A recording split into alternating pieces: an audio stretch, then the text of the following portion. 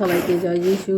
আমাদের মহান প্রেমময় পিতা প্রভু যীশু খ্রিস্টের নামে আমি আজকে সবাইকে স্বাগত জানাই। আসুন আমরা ঈশ্বরকে ধন্যবাদ করি, প্রশংসা করি, কারণ এই সুন্দর সময় তিনি আমাদের জন্য প্রদান করেছেন। তার অনুগ্রহ দয়াতে আমরা এই সময়ে উপস্থিত হতে পেরেছি। তাই আসুন আমরা ঈশ্বরের বাক্যপাঠের মধ্য দিয়ে আমরা তার নামকে উচ্চীকৃত গৌরবান্বিত করি এবং আমরা প্রার্থনা করি। আসুন আমি আজকে যে বিষয়ে বাক্যপাঠ করব, প্রভু যীশুর প্রকাশ্যে প্রথম অলৌকিক কার্য বা আশ্চর্যজনক কার্য আমরা দেখি।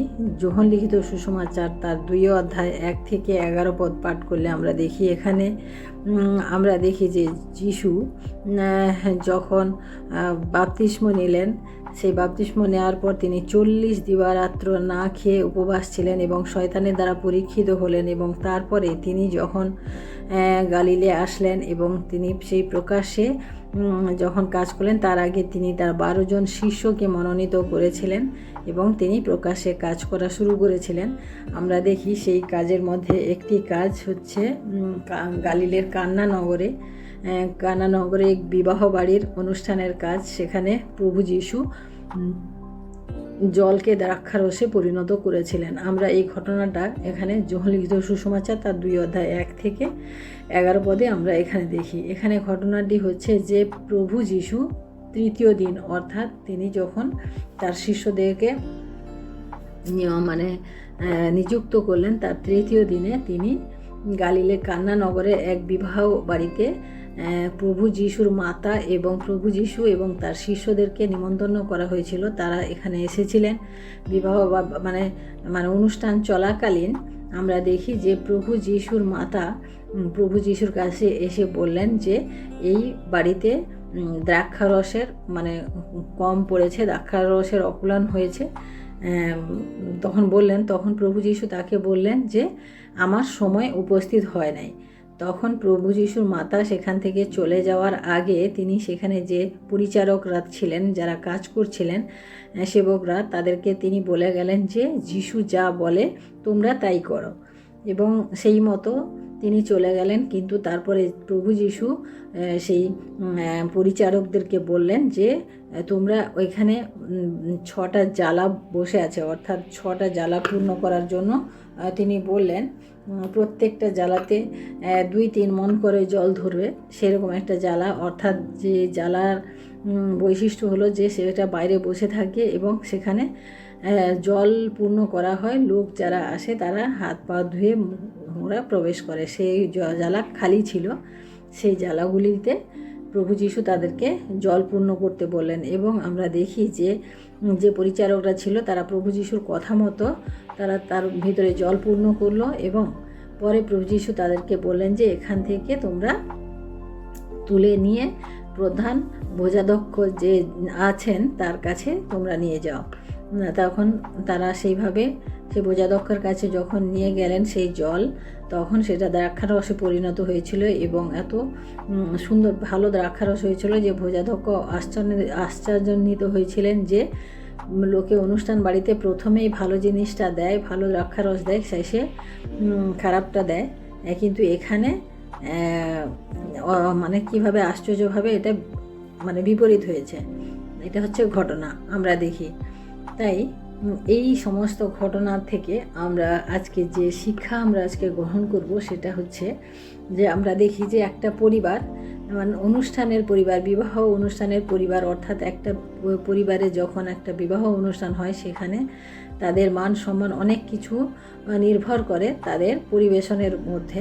তাই আমরা দেখি যে সেখানে তাদের মেন যেটা ছিল দ্রাক্ষারস, অর্থাৎ তখন জিহুদীদের প্রথা অনুসারে এই দ্রাক্ষারসের একটা আলাদা সম্মান ছিল যে প্রত্যেককে দ্রাক্ষারস তাদেরকে দিতে হতো। সেইভাবে দেখি যে সেখানে সেটা শেষ হয়ে গিয়েছিল। অর্থাৎ সেই পরিবারের যে কর্তা ছিলেন তার উপরে কীরকমভাবে একটা খারাপ আরোপ লাগতো, দোষ লাগতো যে লোক তাকে কথা শোনাতো।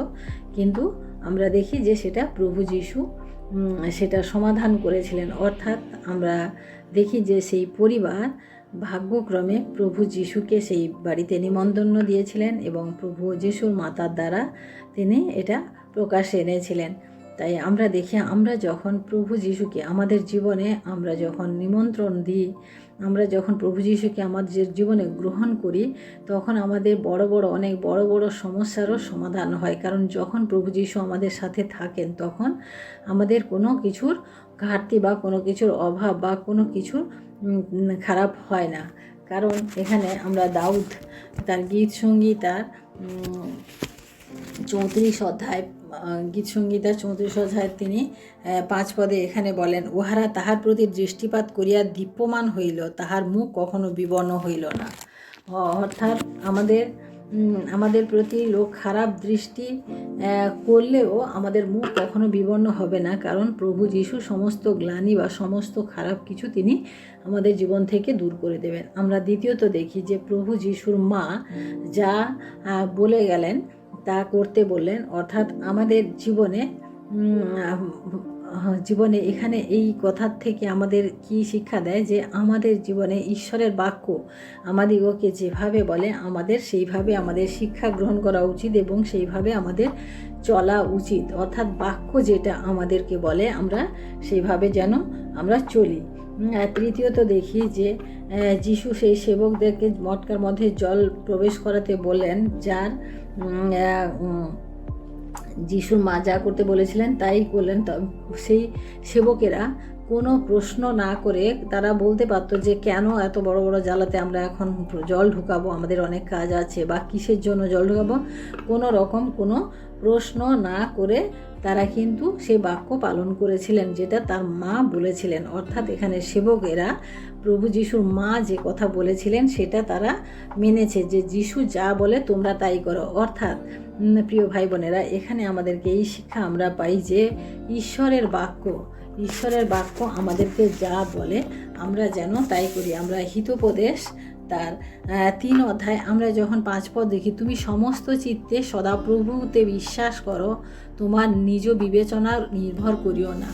আমরা দেখি যে এখানে সেবকেরা তারা নিজেরাই বলতে পারতো যে কি দরকার এত বড় বড় জ্বালা এখন ভর্তি করবো, দরকার নেই, এখন চলো অন্য কিছু দেখি, আমরা অন্য কাজ করি, এরকম কিছু করতে পারতো। কিন্তু তারা সেই বাক্য যেটা প্রভু যিশুর মা বলে গেছিলেন যে যিশু যেভাবে বলে তোমরা সেইভাবে করো। অর্থাৎ আমরা আমাদের জীবনে ঈশ্বরের বাক্য আমাদিগকে যেভাবে বলে, যে দিশা আমাদেরকে দেখায়, যে মার্গে চলার জন্য আমাদেরকে বলে, আমরা যেন সেইভাবে করি। অর্থাৎ সেভাবে যখন আমরা করব তাহলে আমাদের জীবনে আমাদের আর কোনো অভাব থাকবে না।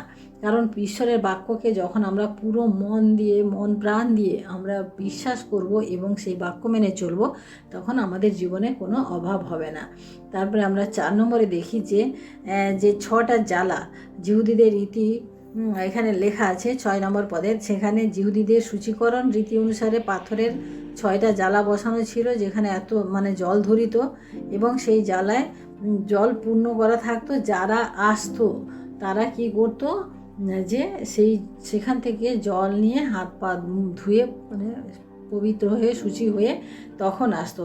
অর্থাৎ সেই জ্বালাগুলোর কোনো মূল্য ছিল না, কিন্তু তার মধ্যেও আমরা দেখি যে ওই ঘরে অনেক বিয়ে বাড়ি, অনেক ভালো ভালো বাসন, অনেক ভালো ভালো দামি দামি জিনিসপত্র ছিল, কিন্তু প্রভু যিশু সেই জ্বালাগুলিকে ব্যবহার করলেন। অর্থাৎ প্রভু যিশু তার নিজের কাজের জন্য তাদেরকে মনোনীত করে, যাদেরকে সবাই তুচ্ছ ভাবে, যাদেরকে সবাই খারাপ ভাবে, যাদের কোনো মূল্য থাকে না, প্রভু যিশু সেই রকম মানুষকে বা সেই রকম কিছু তিনি মনোনীত করেন। কারণ তিনি সবসময় দামি নামি শিক্ষিত এদেরকে নয়, কিন্তু প্রভু যিশু তাদেরকেই মনোনীত করেন যাদেরকে প্রয়োজন রয়েছে। তাই আমরা দেখি যে আমরা যখন নম্রভাবে নতভাবে আমাদের জীবনের সমস্ত অহংকার, সমস্ত আভিজাত্যকে আমরা যখন দূর করে প্রভু যিশুর কাছে আসব, তখন আমরা প্রভু যিশুর থেকে আমরা সেই আশীর্বাদ আমরা পাবো। আমরা দেখি প্রভু যিশু তাদেরকে মনোনীত করেন, যেখানে আমরা দেখি গিদনকে প্রভু যিশু মনোনীত করেছিলেন, কাজ করার জন্য, অর্থাৎ ইসরায়েলের জাতিকে এগিয়ে নিয়ে যাওয়ার জন্য তিনি করেছিলেন। অর্থাৎ এখানে আমরা দেখি যে গিদন এত বড় ছোট বাচ্চা ছিলেন, যখন প্রভুকে ঈশ্বরকে তিনি বললেন যে আমি তো অনেক ছোট, তখন তিনি কিন্তু তার মধ্যে যে ঈশ্বরের প্রতি ভক্তি, ভালোবাসা, প্রেম দেখেছিলেন, তার জন্য তিনি মনোনীত করেছিলেন। আমরা দাউদকেও দেখি না, দাউদ ছিল একজন মেষপালক, কিন্তু মানে ঈশ্বর, সদাপ্রভু ঈশ্বর তাকে মনোনীত করেছিলেন কার জন্য? যে গলিয়াত বীরকে পরাজিত করার জন্য তিনি করেছিলেন, আমরা দেখি। তাই প্রিয় ভাই বোনেরা, আমরাও আজকে যত তুচ্ছ, যত নগণ্য হই না কেন, কিন্তু ঈশ্বর যদি আমাদিগকে মনোনীত করেন, তাহলে আমরা অনেক বৃহৎ বৃহৎ অনেক কাজ করতে পারবো। আমরা তারপরে দেখি যে প্রভু যিশুর কাছে কোনো কিছু অসম্ভব বলে কিচ্ছু নেই, কারণ তিনি জলকে দ্রাক্ষারসে পরিণত করেছিলেন। অর্থাৎ আমরা যদি অনেক চেষ্টা করি, অনেক কিছু করি, অনেক সাধনা করি, আমরা কিন্তু জলকে দ্রাক্ষারস করার কোনো উপায় আমাদের মধ্যে নেই। কিন্তু প্রভু যিশু সেটা করতে সম্ভব হয়েছিলেন, কারণ তিনি ঈশ্বরের পুত্র এবং তার কাছে সমস্ত কিছুই সম্ভব রয়েছে, সমস্ত কিছুই তিনি করতে পারেন। তাই আমাদের উচিত, মানে আমাদের বিশ্বাস, আমাদের প্রেম প্রভু যিশুর প্রতি আরও আমাদের বৃদ্ধি করা উচিত।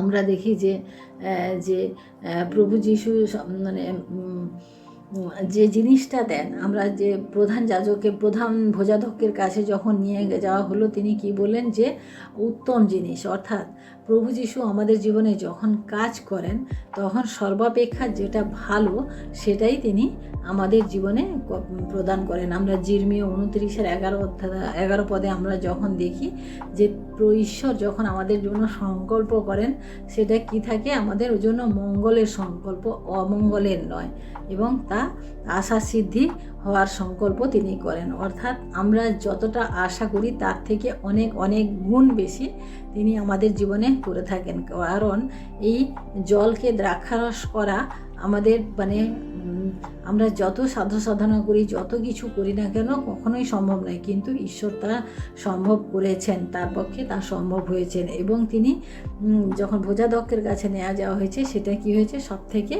উত্তম দ্রাক্ষারস পরিণত হয়েছে।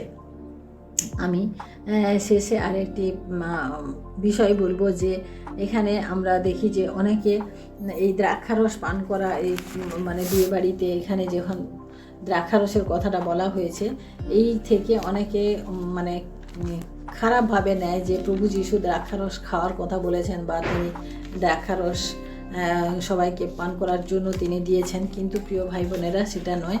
তখনকার নিয়ম অনুযায়ী, যিহুদিদের রীতিনীতি অনুযায়ী সেটা তাদের সম্মানের বিষয় ছিল।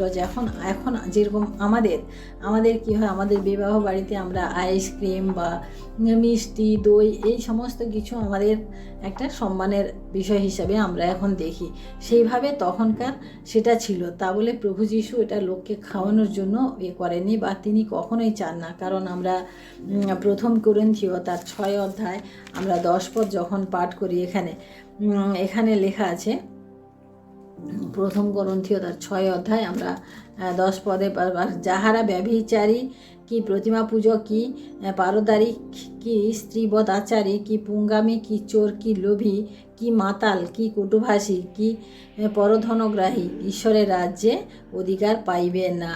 অর্থাৎ এই সমস্ত কিছু, অর্থাৎ যেখানে মাতাল বলা হয়েছে, যে আমরা যারা দ্রাক্ষারসকে মাতালামি করি, তারা ঈশ্বরের রাজ্যে কখনোই কি বলে স্থান পাবে না, ঈশ্বরের বাক্য বলে। তাই প্রিয় ভাই বোনেরা, আমাদের মধ্যে যে ভুল ধারণা রয়েছে যে ঈশ্বর প্রভু যিশু স্বয়ং দ্রাক্ষারস পান করার কথা বলেছেন, এটা ভুল। কারণ সেটা ছিল যিহুদিদের রীতি অনুযায়ী, অর্থাৎ সেই রীতি অনুযায়ী তখনকার দিনে ছিল, কিন্তু আমাদের দিনে নয়। কারণ প্রভু যিশু কখনো চান না যে আমরা দ্রাক্ষারস পান করি, কারণ তিনি তার নিজের রক্তকে আমাদের জন্য পান করার জন্য দিয়েছেন, সেটাকেই তিনি দ্রাক্ষারস হিসেবে আমরা এখন তা গ্রহণ করি।